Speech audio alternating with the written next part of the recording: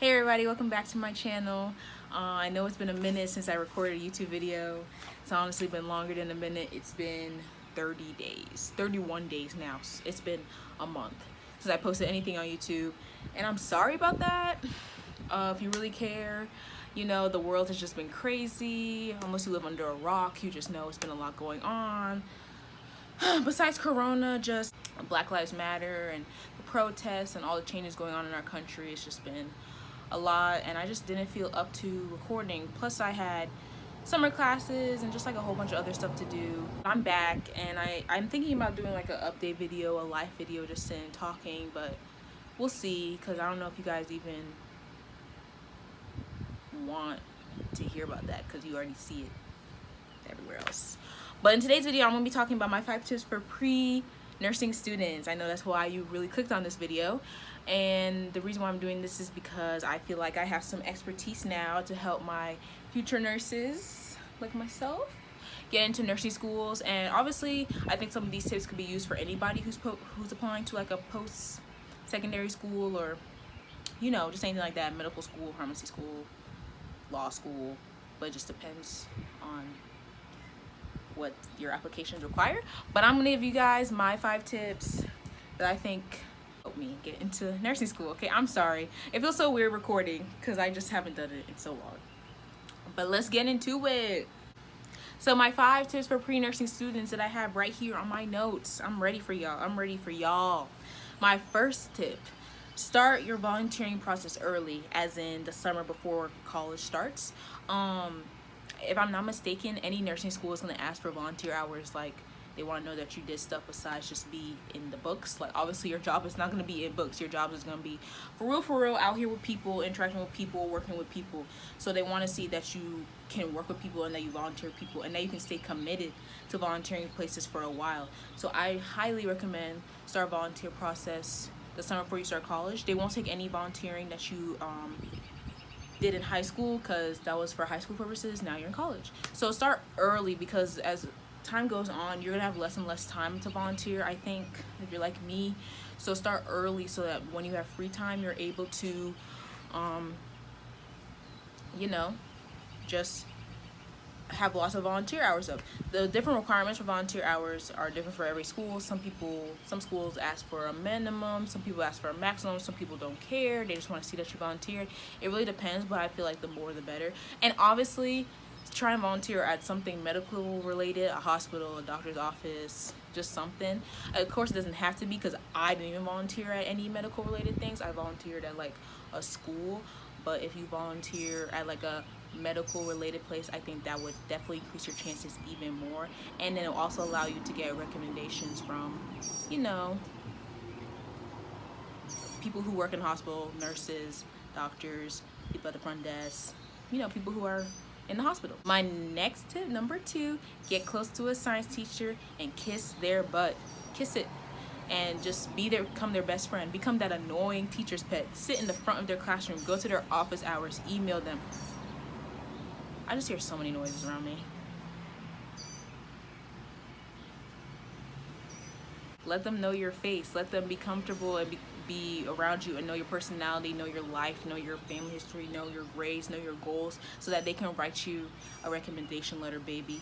Okay? This is not for no reason. Let them write you a recommendation letter.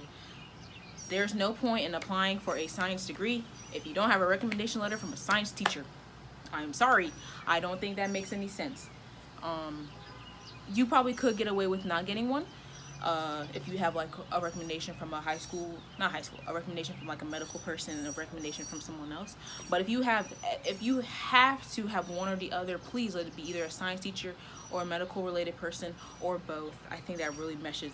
The degree, the nursing degree, the bachelor's nursing degree, is a BSN. And do you know what the S stands for in BSN? Science. Bachelor's of Science in Nursing. So please do your best to get it from a science teacher, whether that be biology, chemistry, anatomy, microbiology, whatever science class your school is required you to take. Let it be a science teacher. I got my recommendation teacher from my microbiology professor. So, and not a science teacher from high school, folks. A science teacher from college, from your college level courses. Okay. My number three tip, keep your GPA up as high as possible, as high as you can possibly reach it. You need to put all your effort into making that GPA high. Of course, GPA is not the only thing that gets you into nursing school. Do not be fooled by that. I know some people think that they have a high GPA, they'll get into nursing school. That's not the case at all. It's really not, but it does help you, okay? So that means your freshman year of college, you need to get that thing as high as possible, because your sophomore year might bring it down. So please get it as high as you possibly can. A's, high B's, just try. I know it's hard out here, and you might not get a super high GPA, but try your best, okay? I'm not saying that if you get a bad GPA, you're just done for. I would never say that. That is not true at all. But try your best to get as high as possible, please. It's gonna help you so much. It's gonna put you in a pool already of more chances. You want to increase your chances as much as you can when it comes to nursing school. So get a high GPA, and I'm not saying it has to be a 4.0, because baby, I never had a 4.0 in my entire life. Okay, let's get that straight. But just try to make it as high as possible. I would aim, if I were you, if I was starting over again and I had to do it again, I would aim for a 4.0, if not very close to it.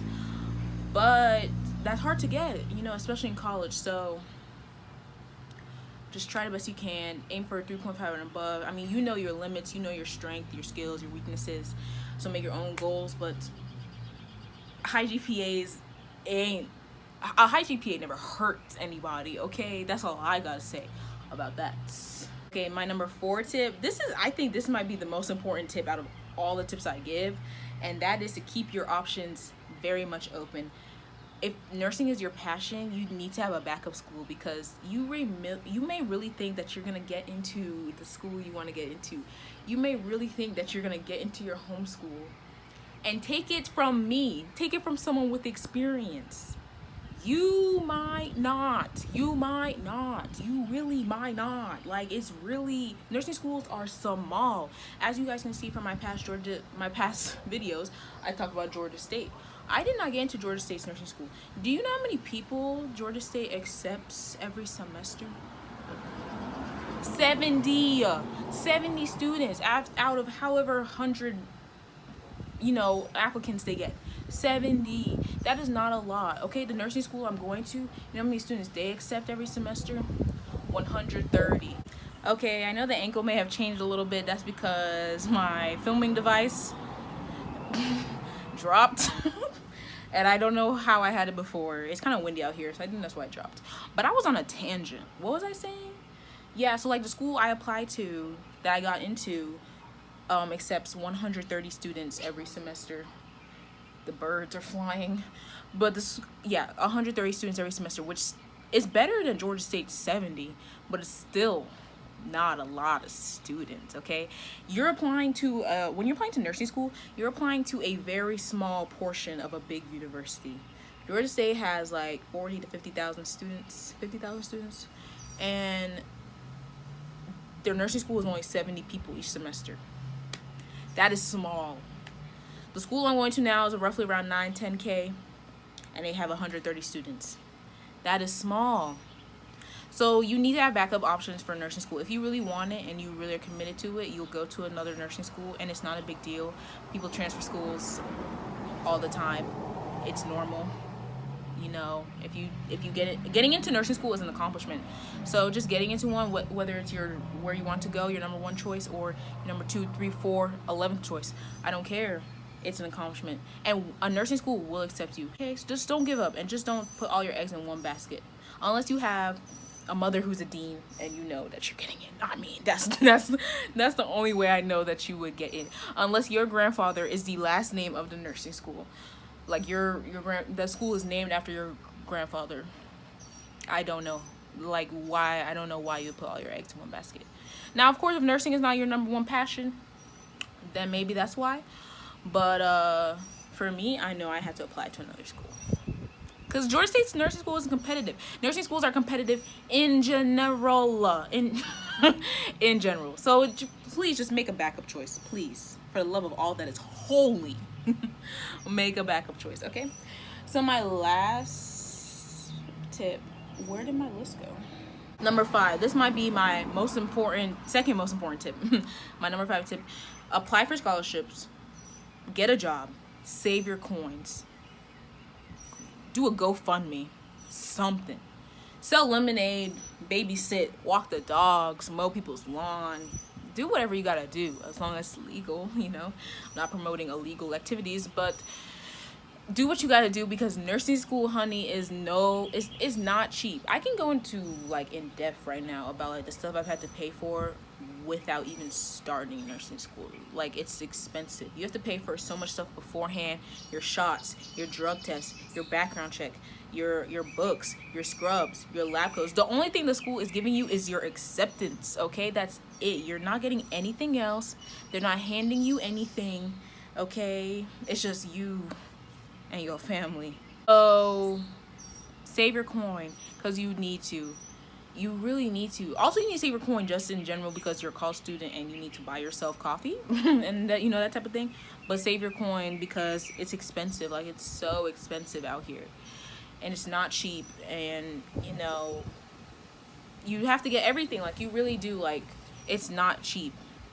It's a sacrifice, hopefully, for like years and years of, you know, more money and more experience and more, like, it'll be worth it, but like, it's not cheap right now. So I recommend you applying for every scholarship you can, you know, working hard, getting those extra hours, because it's expensive. And you should start early. Like, you should start saving your money for nursing school early.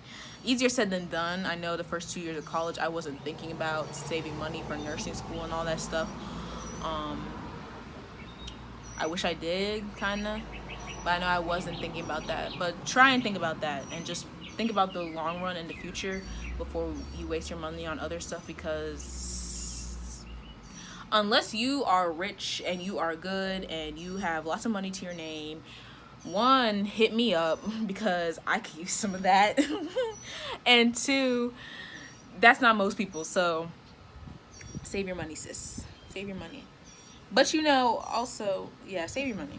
So that was my 5 tips for pre-nursing students. I know there's more, but I just wanted to give like 5 quick ones that I think are essential for applying to nursing school and the whole pre-nursing process. The pre-nursing process is so exciting, because you're just, it's the calm before the storm, I feel like. Even though it's a little stormy in the middle, got a little thunder claps and stuff, but it's a calm before the storm fully. So enjoy it. Take these tips that I gave you and really run with them, and really put them into practice, because nothing I told you is wrong, literally. So yeah, that's it.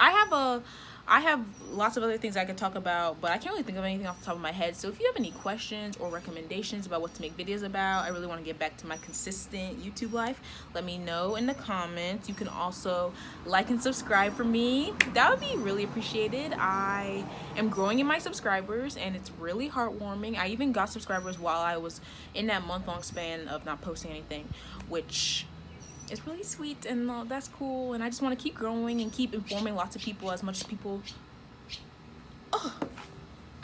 as I can. So yeah, like, comment, subscribe, comment what you think I should talk about, and don't forget to follow me on Instagram. Hopefully I'll remember to put it here. It's Noelle_Higgs. You can also DM me on there if you have any questions. And yeah, thank you guys so much for watching. Bye.